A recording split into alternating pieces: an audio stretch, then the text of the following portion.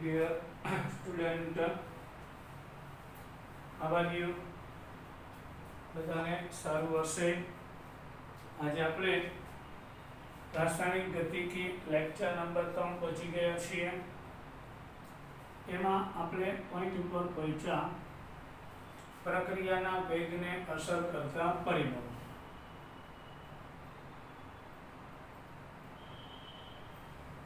પ્રક્રિયાના વેગને અસર કરતા પરિબળો ફેક્ટર એટલે પ્રક્રિયાના વેગ પર અસર કરતા પરિબળો. આ પેલું છે પ્રક્રિયાનો વેગ પ્રાયોગિક પરિસ્થિતિ જેવી કે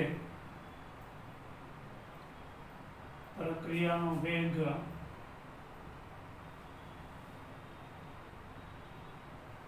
પ્રાયોગિક પરિસ્થિતિ જેવી કે સાંદ્રતા,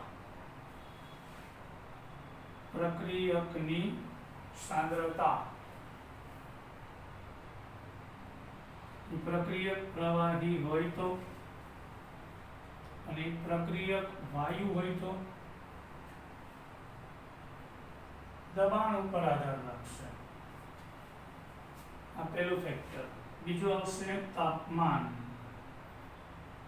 ત્રીજું આવશે ઉદ્દીપક. ઉદ્દીપક પ્રક્રિયાના વેગમાં વધારો કરશે તો પ્રક્રિયા વેગને પ્રાયોગિક પરિસ્થિતિ જેવી કે સાંદ્રતા, કોન્સન્ટ્રેશન અસર કરે છે. જો તે છોકરો પ્રક્રિયક વાયુ હોય તો એનું પ્રેશર, એ જેની સાંદ્રતા કહેવાય છે. તાપમાન બદલાતા વેગ બદલાશે. આપણે જોશું આ બધું. આ 3 ફેક્ટર યાદ રાખજો. અને ઉદ્દીપક, આ 3 બાબત ઉપર આધાર રાખે છે. પાછું એકવાર, પ્રક્રિયક પ્રવાહી હોય તો સાંદ્રતા ઉપર, વાયુ હોય તો દબાણ ઉપર, પ્રક્રિયાના તાપમાન ઉપર અને ઉદ્દીપક ઉપર આધાર રાખે છે. હવે આપણે 1 by 1 લઈ વેગનો સાંદ્રતા પર આધાર, પ્રક્રિયા વેગનો સાંદ્રતા પર આધાર જોઈએ.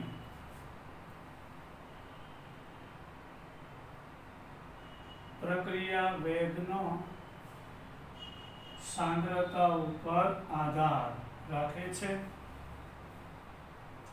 આપેલ તાપમાને રાસાયણિક પ્રક્રિયાનો વેગ એક અથવા તો વધારે પ્રક્રિયક અથવા તો નિપજની સાંદ્રતા ઉપર આધાર રાખે છે.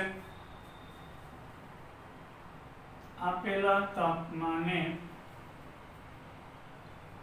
પ્રક્રિયાનો વેગ એક અથવા તો વધારે પ્રક્રિયકો, એટલે જે પ્રક્રિયામાં ભાગ લે તે પ્રક્રિયકો અને નિપજોની સાંદ્રતા પર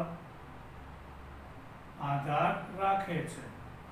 ધારો કે એક પ્રક્રિયા છે A + B + C, એમાંથી D અને B બને તો આ પ્રક્રિયાનો વેગ છે A ની સાંદ્રતા, B ની સાંદ્રતા અને C, એ ત્રણેય આ કે છે વેગ અચળાંક આપણે જોશું. એટલે A, B અને C ત્રણેયની સાંદ્રતા ઉપર આધાર રાખશે અને નિપજની સાંદ્રતા ઉપર પણ આધાર રાખે છે. હવે એક ખાસ યાદ રાખજો, પ્રક્રિયાના વેગને પ્રક્રિયકની સાંદ્રતાના અનુસંધાનમાં રજૂઆત, પ્રક્રિયાના વેગને પ્રક્રિયકની સાંદ્રતાના અનુસંધાનમાં દર્શાવવાની રજૂઆતને વેગ નિયમ, ટૂંકમાં અંડરલાઈન કરજો, અથવા વેગ અભિવ્યક્તિ કે વેગ સમીકરણ કહેવામાં આવે છે. આ શબ્દની ખાસ જરૂર પડશે. પ્રક્રિયાનું વેગ સમીકરણ હવે આગળ ચેપ્ટરમાં આવશે. આપેલા કોઈ તાપમાને પ્રક્રિયાનો વેગ છોકરાઓ એ એક કરતા વધારે પ્રક્રિયક હોય, એક જ હોય તો એની સાંદ્રતા ઉપર આધાર રાખશે. વધુમાં નિપજ ઉપર પણ આધાર રાખે. પણ આપણે પ્રક્રિયા વેગનો જે નિયમ તારવશું, એટલે પ્રક્રિયકની સાંદ્રતાના અનુસંધાનમાં દર્શાવવાની રજૂઆતને વેગ નિયમ વેગ અભિવ્યક્તિ કે વેગ સમીકરણ તરીકે ઓળખવામાં આવે છે. હવે આપણે ટૂંક નોંધ પહોંચ્યા વેગ અભિવ્યક્તિ અને વેગ અચળાંક વિશે સમજાવો.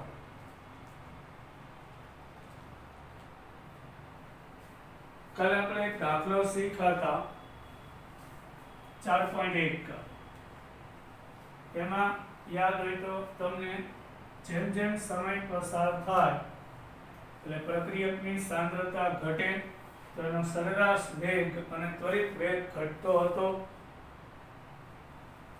એટલે આપણે વેગની અભિવ્યક્તિ અને વેગ અચળાંક પહોંચી ગયા. વેગની અભિવ્યક્તિ અને વેગ અચળાંક સમજાવું છું. પ્રક્રિયાનો વેગ જેમ સમય પસાર થાય તેમ ઘટે છે. પ્રક્રિયાનો વેગ જેમ સમય પસાર થાય તેમ ઘટે છે, કારણ કે વેગ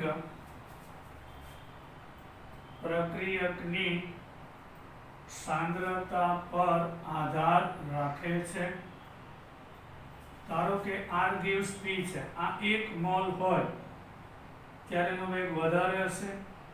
હવે 0.9 થાય, 0.8 થાય, 0.7 થાય તો દેખીતી વાત છે. એટલે શરૂઆતમાં પ્રક્રિયાનો વેગ વધારે હોય તો જેમ જેમ સાંદ્રતા ઘટતી જાય એમ વેગ ઘટતો જાય છે.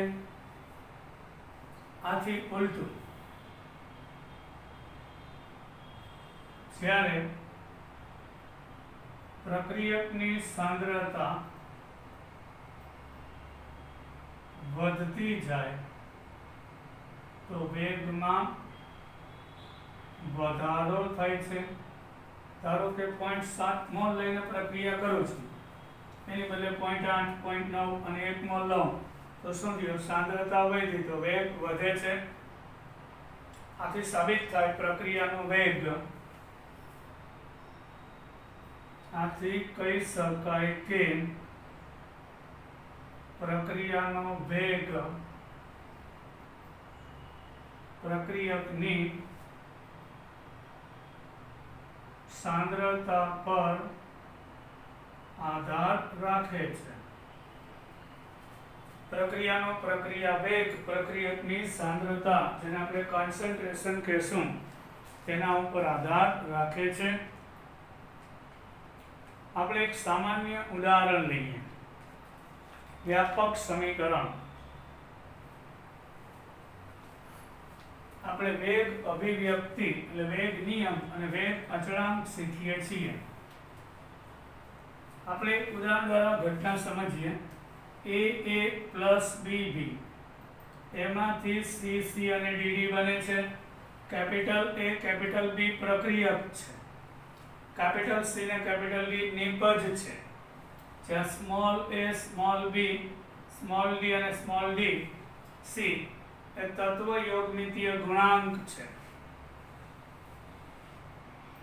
a b પ્રક્રિયકો, c d નિપજો, જ્યાં a b c d અનુક્રમે તેમના તત્વ યોગમિતીય ગુણાંક છે. તત્વ યોગમિતીય ગુણાંક એટલે શું? મોલની સંખ્યા છે. કોએફિશિયન્ટ મોલની સંખ્યા દર્શાવે છે. તો આની રજૂઆત આ મુજબ થશે. વેગ ચલે છે a raised to x અને b raised to y. અહીંયા a અને b પ્રક્રિયક છે. વેગ નિયમ એટલે શું? પ્રક્રિયાના વેગને પ્રક્રિયકની સાંદ્રતાના અનુસંધાનમાં રજૂઆત કરવાની રીત એટલે વેગ નિયમ કહેવાય. તો આ પ્રક્રિયા માટે વેગ નિયમ આ થશે. પ્રક્રિયાના વેગને, નિપજની નહીં, પ્રક્રિયકની સાંદ્રતાના અનુસંધાનમાં રજૂઆત કરવાની અભિવ્યક્તિ છે. જ્યાં ખાસ યાદ રાખજો ઘાતાંક x અને y એ તેના તત્વ યોગમિતીય ગુણાંક a અને b જેટલા હોઈ પણ શકે અને ન પણ હોઈ શકે. જો આના મોલ તો એ હતા, અહીં ઘાત x આવી, તો ઘાત x અને y છે એ પ્રયોગ દ્વારા નક્કી થશે, હમણાં આપણે જોશું. એટલે એના મોલ છે એ ઘાત સ્વરૂપે નહીં આવે. એટલે પ્રક્રિયાના વેગને પ્રક્રિયામાં ભાગ લેતા પ્રક્રિયકની સાંદ્રતાના અનુસંધાનમાં રજૂઆત કરવાની રીત એને વેગ નિયમ કહે છે, વેગ અભિવ્યક્તિ કહેવાય છે. તો આ ઘાતાંક છે એ મોલ જેટલા હોઈ પણ શકે ના પણ, એટલે ઘાતાંક છે એ પ્રયોગ દ્વારા નક્કી થશે, પ્રાયોગિક છે. હવે ચલન દૂર કરો તો ત્યાં ચલન અચળાંક થી આવશે. આ કે છે એને વેગ અચળાંક કહેશું. કે છે પ્રક્રિયાનો વેગ અચળાંક કહેવામાં આવે છે. કે ચલન નિશાની દૂર કરતા જે અચળાંક આવ્યો એનો ચલન અચળાંક કહેશું. તો આ સમીકરણને આમ પણ લખી શકાય, રેટ ઓફ રિએક્શન એટલે dr/dt.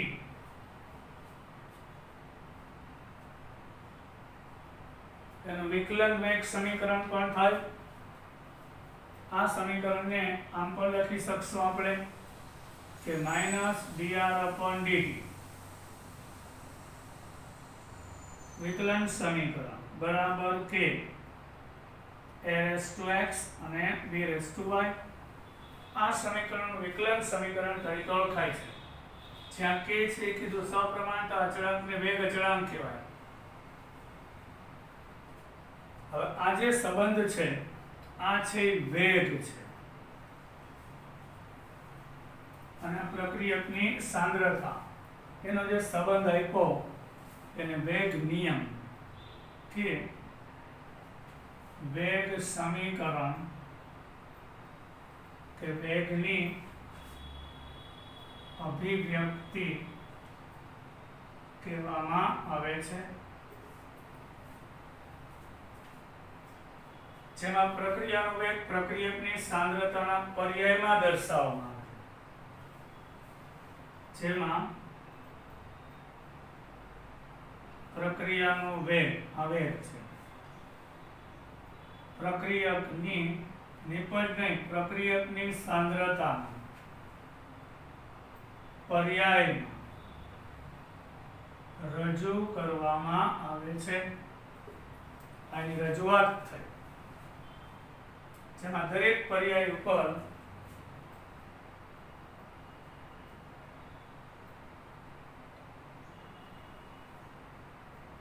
ઘાતાંક મૂકવામાં આવે છે. ઘાતાંક x અને y જે સંતુલિત રાસાયણિક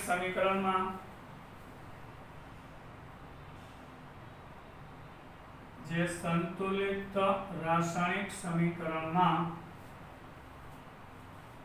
પ્રક્રિયા કરતી સ્પીસીસ એટલે ઘટક કણો ના તત્વ યોગમિતીય ગુણાંક હોય પણ શકે અને ન પણ હોય. એટલે ઘાત છે પ્રક્રિયક અને નિપજના ઘાત છે પ્રક્રિયકના મોલ જેટલી હોય પણ શકે અને ના પણ હોઈ શકે. એક ઉદાહરણ લઈને આ ઘટના આપણે સમજીએ. જેમ કે 2 મોલ નાઇટ્રિક ઓક્સાઇડ વત્તા 1 મોલ ઓક્સિજન લઈએ, તેમાંથી 2NO2 બને. હવે આ જે ઘાતાંક છે ને પ્રાયોગિક રીતે નક્કી થાય છે એ આપણે સમજવું છે. એના માટે એક મસ્ત ઉદાહરણ લઈએ.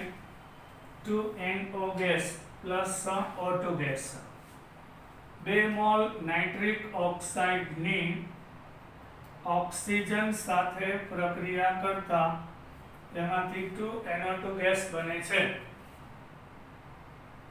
આપણે આ પ્રક્રિયામાં NO ના મોલ 2 છે, O2 ના મોલ 1 છે. આ પ્રક્રિયામાં તમે જોઈ શકો છો વેગનું માપન. આ પ્રક્રિયામાં વેગનું માપન પ્રારંભિક સાંદ્રતાના વિધેય તરીકે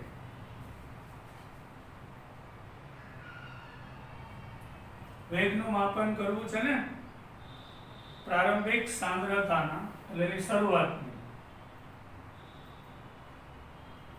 વિધેય તરીકે લઈ, એટલે શરૂઆતની સાંદ્રતા જાણતા હોય તો વિધેય તરીકે કાં તો કોઈ એકની સાંદ્રતા અચળ રાખીને બીજાની સાંદ્રતા બદલાવી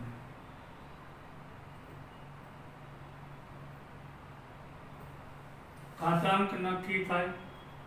સમજાવું છું, લખી લો. અથવા બંનેની સાંદ્રતા બદલી કરી શકીએ.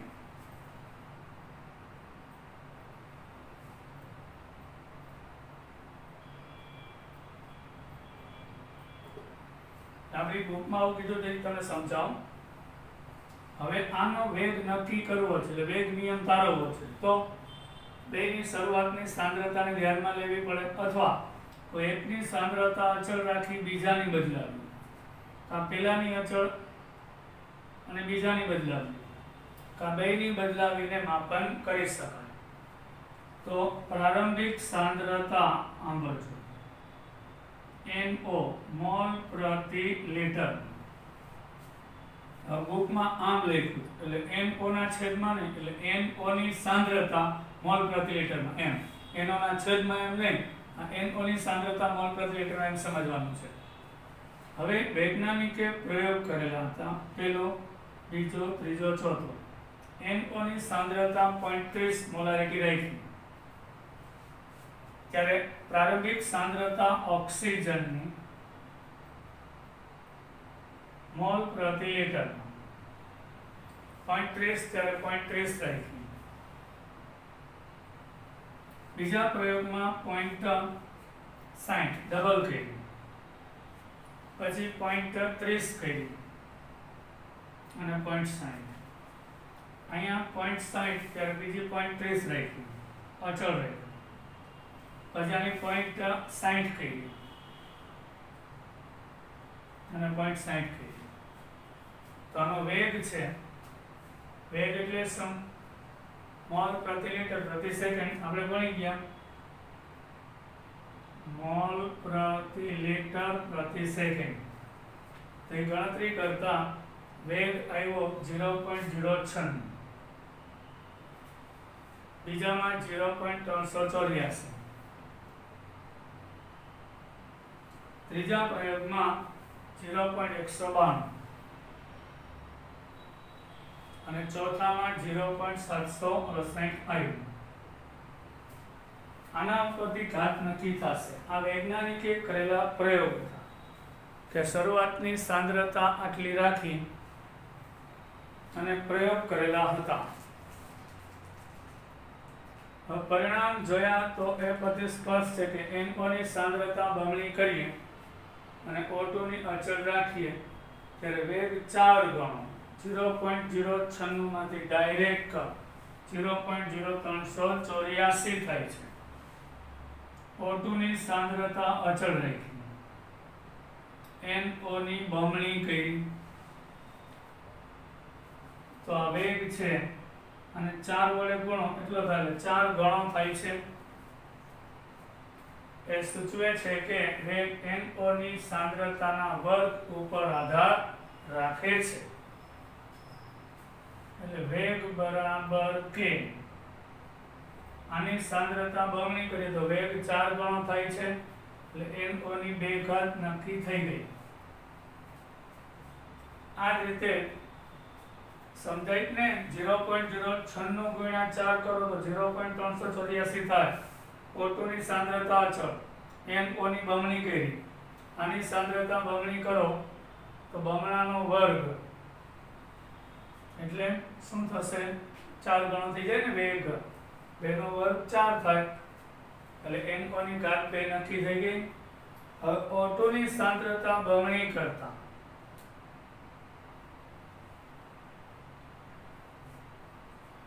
તો O2 ની સાંદ્રતા બમણી કરતા અને NO ની અચળ રાખી 0.30, તો અહીંયા 0.192 થાય છે વેગ. આ NO ની અચળ. હવે O2 ની બમણી કરીએ તો વેગમાં શું થયું? 0.096 ગુણ્યા 2 કરો તો વેગ બમણો થાય છે, એનો મતલબ 1 ઘાત આવશે એટલે અહીંયા આગળ આને 2 વડે ગુણો એટલે O2 ની ઘાત 1 આવશે. આ બમણો થાય તો વેગ બમણો એટલે ઉપર ઘાત 1. આ રીતે ઘાત નક્કી થાય છે. એટલે માટેનો વેગ આ પ્રક્રિયા માટે વેગ નીચે મુજબ થશે. આ વેગ નિયમિતારણ એટલે પ્રાયોગિક બાબત છે, પ્રયોગ ઉપરથી નક્કી થાય. એના કરતાં હજી તમને મારી રીત બતાવી દઉં કે આવા પ્રાયોગિક ડેટા આપેલા હોય તો સૂત્રમાં કિંમત મૂકીને નક્કી થઈ જાય. કઈ રીતે કહું? આપણે ધારવા, ધારો કે વેગ બરાબર કે NO ની x ઘાત અને O2 ની y ઘાત. પરિણામ મૂકી દઈએ. પહેલા વેગ કેટલો? 0.096 કે NO ની સાંદ્રતા 0.30 ની x ઘાત, અહીંયા 0.30 ની y ઘાત. હવે બીજો પ્રયોગ લઈએ. 0.0384 બરાબર કે NO ની 0.60 એની x ઘાત અને આની 0.30 ની y ઘાત. આ સમીકરણ નંબર આપણે 2 અને 3 કહે. સમીકરણ 3 ને 2 વડે ભાંગતા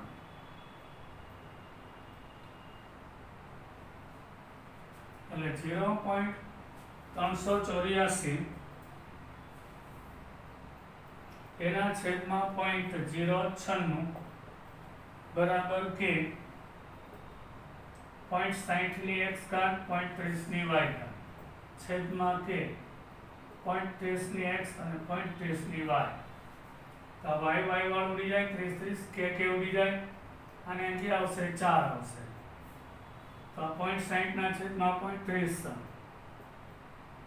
એનો x ઘાત, અહીં 2 ની x ઘાત આવે ને, 60 ભાગ્યા 30 2, તો અહીં 2 નો x ઘાત, તો 2 ની 2 ઘાત લ્યો તો 2 ની x ઘાત થઈ ને. આધાર સરખો એટલે ઘાત સરખાવી શકાય એટલે x બરાબર 2 સાબિત થયું. હવે આપણે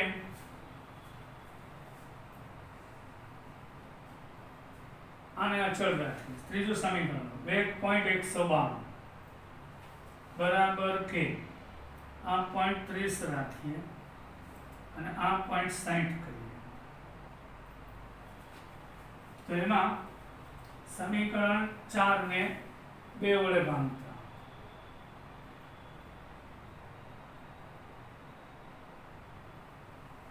તો 0.192 ભાંગ્યા 0.096 કે 0.30 ની x ઘાત 0.60 ની y ઘાત એના છેદમાં કે 0.30 ની x અને 0.30 ની y.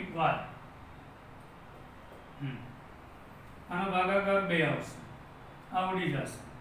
0.60 ભાગ્યા 0.30 એટલે ઓલ રેસ ટુ y. તો 2 બરાબર 2 ની y ઘાત. આધાર સરખો એટલે ઘાત સરખાવી દો એટલે y 1 છે એવું સાબિત થાય છે. એટલે વેગ નિયમમાં જે સાંદ્રતા ચોરસ કૌંસની ઉપર જે આપણે વર્ગ કરીએ છીએ, જે ઘાતાંક આવે છે એ પ્રયોગ ઉપરથી નક્કી થાય છે. હવે આ વેગ નિયમનું વિકલન સ્વરૂપ નીચે મુજબ અભિવ્યક્ત થાય છે. વિકલન સ્વરૂપે લખીએ તો -dr, r એટલે રિએક્ટન્ટ, એ વેગ બતાવે છે, બરાબર કે n ની 2 ઘાત અને O2 ની 1 ઘાત થશે. આપણું સાબિત થયું. હવે આપણે જાણીએ છીએ કે આ પ્રક્રિયા માટે પ્રાયોગિક પરિણામ પરથી વેગ સમીકરણ ઉપજાવવા ઘાતાંકો, તેની સંતુલિત રાસાયણિક પ્રક્રિયાના તત્વ યોગમિતીય ગુણાંક જેટલા છે. પણ દરેક વખતે આવું નહીં થાય કે આપણે જે પ્રક્રિયા લીધી 2NOCl2 માંથી 2NO વત્તા O2 એમાંથી 2NO2, તો અહીંયા NO ના મોલ 2 છે તો ઘાત 2 આવી ગઈ, O2 ના મોલ 1 છે તો ઘાત 1 આવી ગઈ. પણ દર વખતે આવું નહીં થાય. હવે કેટલાક અન્ય ઉદાહરણ આપણે જોઈએ.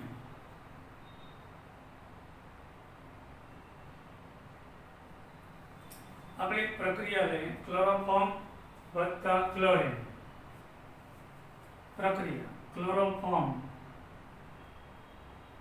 એટલે તમારે બુક 12 ના સમીકરણ નહીં પૂછાય, કારણ કે વેગ નિયમની રજૂઆત છે એ પ્રાયોગિક છે, એટલે બુક સિવાયના ઉદાહરણ નહીં પૂછાય. અહીંયા CCl4 HCl થશે. તો આ પ્રક્રિયા માટે વેગ બરાબર કે અહીંયા ક્લોરોફોર્મ અને અહીંયા ક્લોરીન, તો ક્લોરોફોર્મની 1 ઘાત અને ક્લોરીનની 1/2 ઘાત. એટલે આ પ્રક્રિયાનો વેગ છે એ ક્લોરોફોર્મની ઘાત 1 ના સમપ્રમાણ, મતલબ ક્લોરોફોર્મની સાંદ્રતા બમણી થાય તો વેગ બમણો, એટલે ઘાત 1 આવશે. પણ ક્લોરીનની સાંદ્રતા બમણી થાય તો વેગ એના વર્ગમૂળ જેટલો વધે છે, માટે અહીંયા 1/2 ઘાત આવશે. આ ક્યાંથી આવ્યું? પ્રયોગ દ્વારા નક્કી થયેલું છે. એટલે આ સમીકરણ માટે વેગ નિયમ આ થશે, યાદ રાખવું પડે.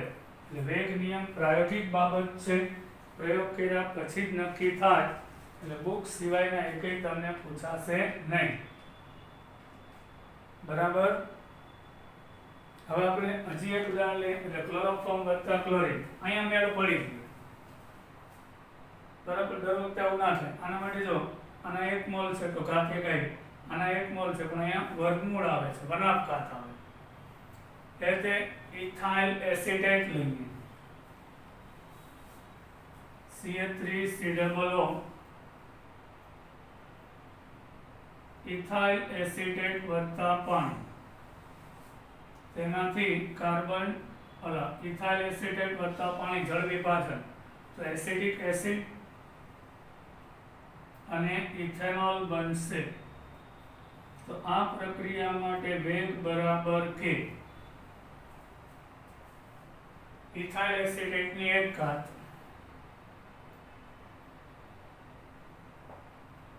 પાણીની 0 ઘાત. એટલે આ પ્રક્રિયામાં પાણીની સાંદ્રતા ગમે એટલી હોય, વેગ એના ઉપર આધાર રાખતો નથી, એટલે 0 ઘાત આવશે. એ પ્રાયોગિક બાબત છે. અને એસ્ટરની સાંદ્રતાના સમપ્રમાણ, સાંદ્રતા અડધી વેગ અડધો, સાંદ્રતા બમણી વેગ બમણો, એટલે અહીં 1 ઘાત આવશે. આવું પ્રયોગ પરથી નક્કી થાય. કઈ રીતે?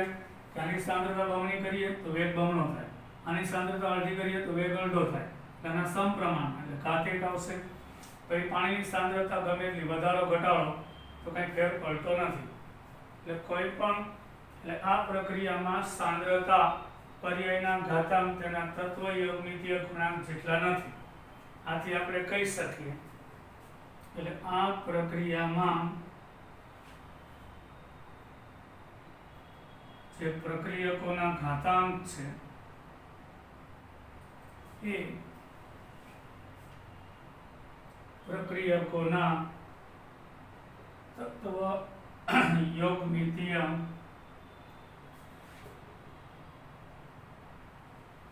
ગુણાંક જેટલા નથી.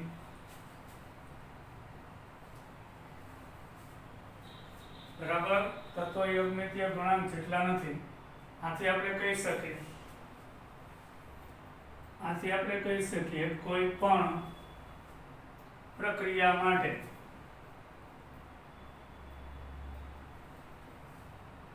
પ્રક્રિયા વેગ નિયમનું પ્રાકથન એટલે કે રજૂઆત, પ્રાકથન રજૂઆત માત્ર સંતુલિત સમીકરણ પરથી નક્કી થઈ શકે નહીં. એટલે કે વેગ નિયમ સૈદ્ધાંતિક રીતે નહીં,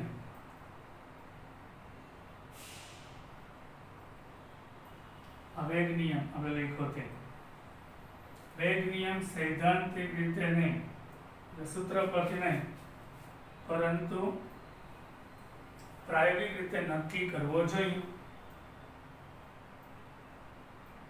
એટલે વેગ નિયમ છે પ્રેક્ટિકલી નક્કી થતા હોય છે, એટલે બુક બહારના એકેય વેગ નિયમ પૂછાશે નહીં. આ મગજમાં યાદ રાખજો. હવે આપણે પ્રક્રિયાનો ક્રમ પૂછ્યા, ઓર્ડર ઓફ ધી રિએક્શન. પ્રક્રિયા ક્રમ, પ્રક્રિયાને પોતાનો પ્રક્રિયા ક્રમ હોય છે.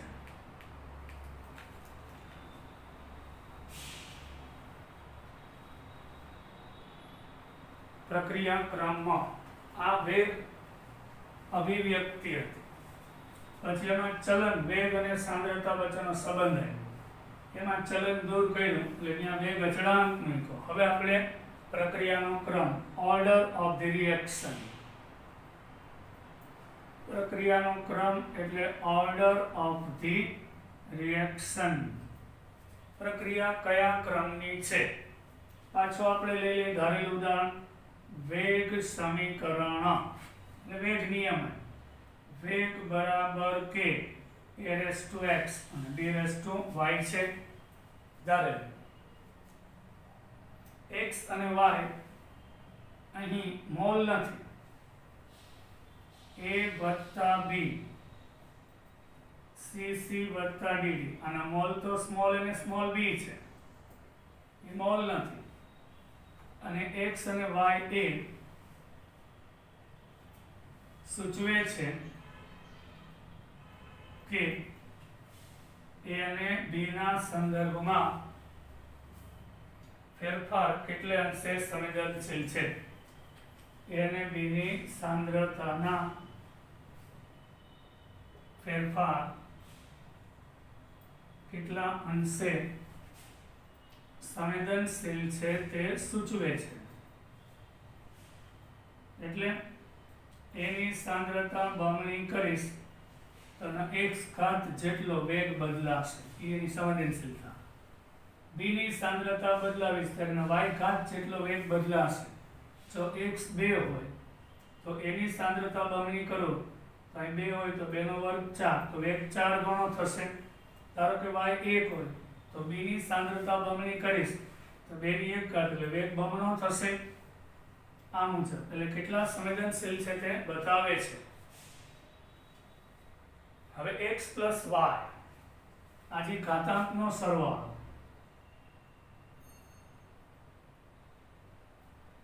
વેગ નિયમમાં ઘાતાંકનો સરવાળો એટલે x plus y એ એકંદર એટલે કે આખી પ્રક્રિયાનો ક્રમ દર્શાવે છે, જ્યાં સ્મોલ x એ એના સંદર્ભમાં પ્રક્રિયાક્રમ અને y એ b ના સંદર્ભમાં પ્રક્રિયાક્રમ કહેવાય.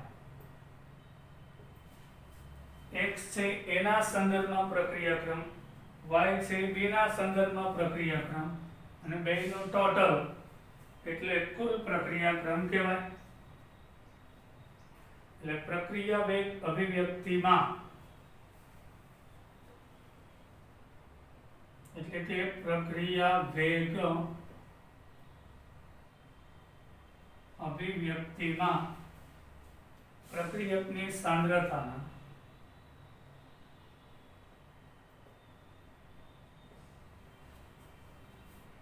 ઘાતાંકના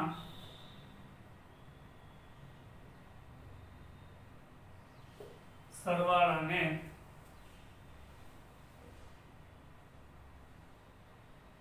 રાસાયણિક પ્રક્રિયાનો પ્રક્રિયાક્રમ કહેવામાં આવે છે. હજી ઘાતનો જે સરવાળો કરશું એ પ્રક્રિયાક્રમ કહેવાય. પ્રક્રિયાનો ક્રમ 0,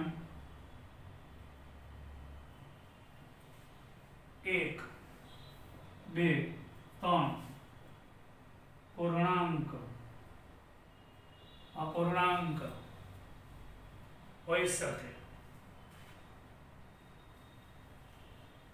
અપૂર્ણાંક પણ યસ વનાફ આપણે નતું કીધું વનાફ અપૂર્ણાંક પણ હોઈ શકે છે. શૂન્ય પ્રક્રિયાનો અર્થ એમ થાય પ્રક્રિયાનો વેગ સાંદ્રતાથી સ્વતંત્ર છે. શૂન્ય ક્રમની પ્રક્રિયાનો અર્થ એ થાય કે પ્રક્રિયકની સાંદ્રતાથી સ્વતંત્ર છે, મતલબ તેના ઉપર આધારિત નથી એવું કહી શકાય. હવે આપણે ક્વેશ્ચન લઈએ. દાખલો 4.3.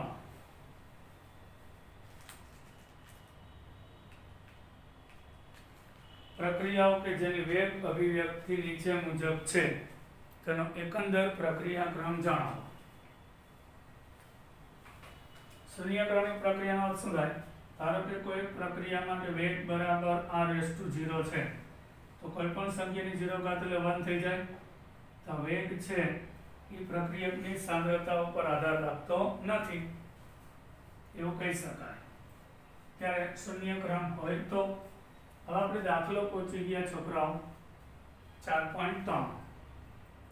4.3 પ્રક્રિયા કે જેની વેગ અભિવ્યક્તિ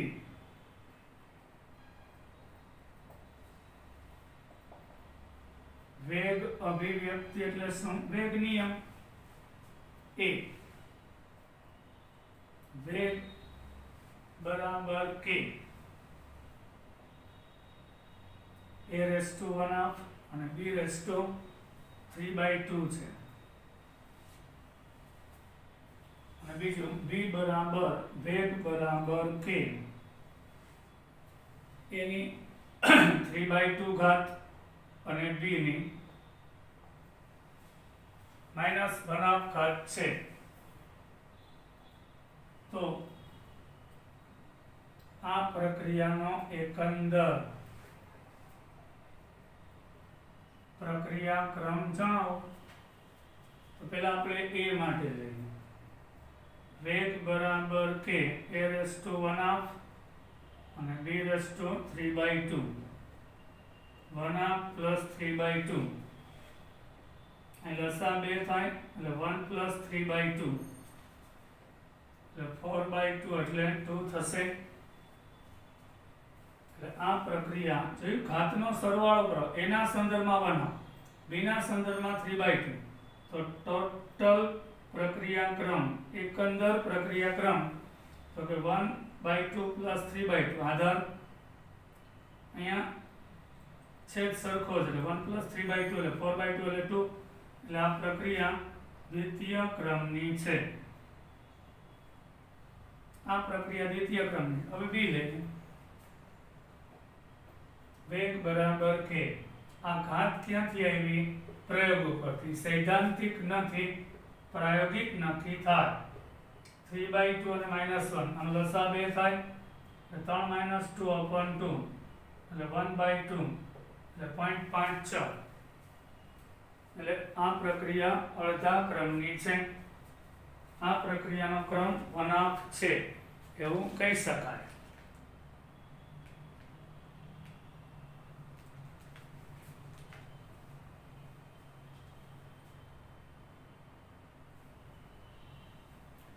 હવે આપણે આગળ જઈએ. સંતુલિત રાસાયણિક પ્રક્રિયા કદી પણ પ્રક્રિયા કેવી રીતે થાય તેના વિશે સાચું ચિત્ર રજૂ કરતી નથી. ભાગ્યે જ પ્રક્રિયા એક તબક્કામાં પૂરી થતી હોય અને એક જ તબક્કામાં થતી પ્રક્રિયામાં પ્રાથમિક પ્રક્રિયા કહેવાય. જ્યારે પ્રાથમિક પ્રક્રિયાની શ્રેણી જેને ક્રિયાવિધિ કે નિપજ આપે છે અને આવી પ્રક્રિયાને જટિલ કહેવાય. અને આવી પ્રક્રિયાઓ માટે હવે તમને કહું, સંતુલિત રાસાયણિક પ્રક્રિયા દાખલો પૂરો થયો. આપણે કોઈ પણ એક સંતુલિત રાસાયણિક પ્રક્રિયા લખીએ. H2 વત્તા Cl2 માંથી 2HCl. સંતુલિત રાસાયણિક પ્રક્રિયા કદી પણ પ્રક્રિયા કેવી રીતે થાય છે તેની માહિતી આપતું નથી. કારણ કે ભાગ્યે જ આ પ્રક્રિયા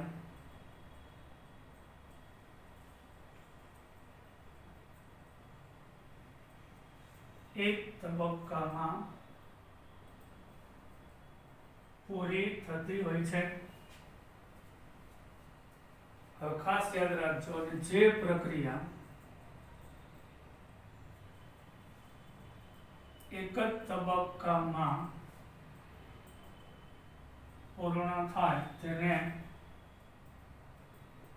પ્રાથમિક પ્રક્રિયાઓ કહેવાય છે.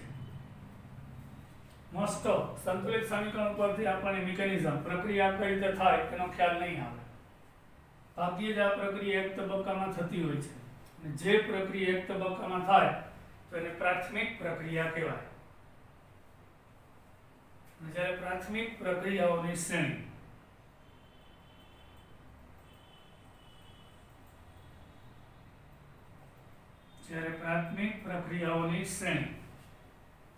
જેને આપણે મિકેનિઝમ કહીશું, જેને ક્રિયાવિધિ એટલે પ્રક્રિયા કઈ રીતે થાય એનું મિકેનિઝમ ક્રિયાવિધિ કહેવાય. નિપજ આપે છે તેને જટિલ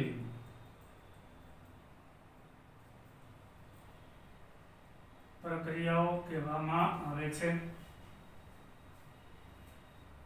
હવે ઘણીવાર પ્રક્રિયા એક જ તબક્કામાં ના થતી હોય, એક કરતા વધારે તબક્કામાં થતી હોય.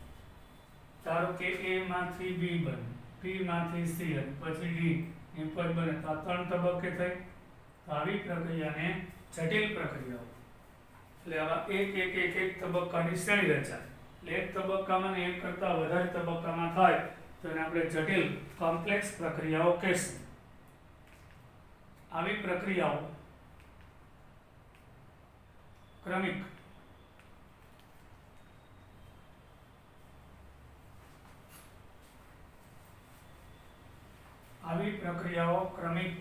ચલો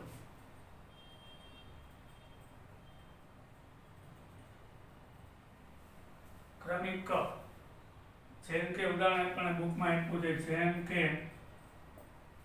CO2 ઇથેનનું CO2 અને પાણીમાં દહન શ્રેણીબદ્ધ મધ્યવર્તી તબક્કામાં થાય છે. ઇથેનનું કાર્બન ડાયોક્સાઇડ અને H2O માં દહન, યસ, ઇથેનનું CO2 અને H2O માં દહન એ શ્રેણીબદ્ધ ઘણા બધા તબક્કામાં થાય છે. તો એ જટિલ પ્રક્રિયા થઈ. એમાંથી આલ્કોહોલ, આલ્ડીહાઇડ અને એસિડ બને છે. આલ્કોહોલ, આલ્ડીહાઇડ અને એસિડ કાર્બોક્સિલિક એસિડ બને છે. પ્રતિવર્તી પ્રક્રિયાને પાર્શ્વ પ્રક્રિયા સાઇડ ઘણીવાર પ્રક્રિયા પ્રતિવર્તી હોય છે. હા, ઘણીવાર પ્રક્રિયા પ્રતિવર્તી આપણે ભણી ગયા. એસિટિક એસિડને પાણી નાખો તો એસિટેટ વત્તા H3O પ્લસ આ પ્રતિવર્તી થઈ.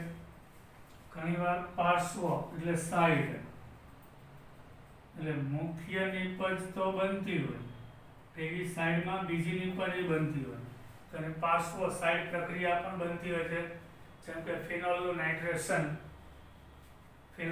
નાઇટ્રેશન થાય, આ પાર્શ્વ પ્રક્રિયા, આ પ્રતિવર્તી. હવે પાર્શ્વ એટલે સાઈડ.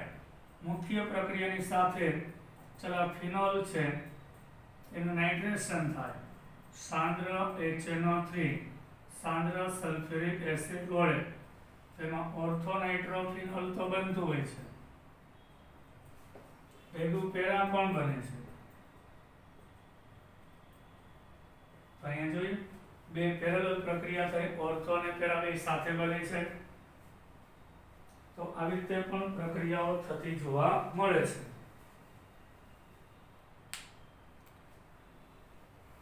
હવે આપણે આના વિશે વિગતવાર કાલે જોશું. મોસ્ટ ટાઈમિંગ પોઈન્ટ સાથે we will meet together tomorrow. Bye. જય હિન્દ.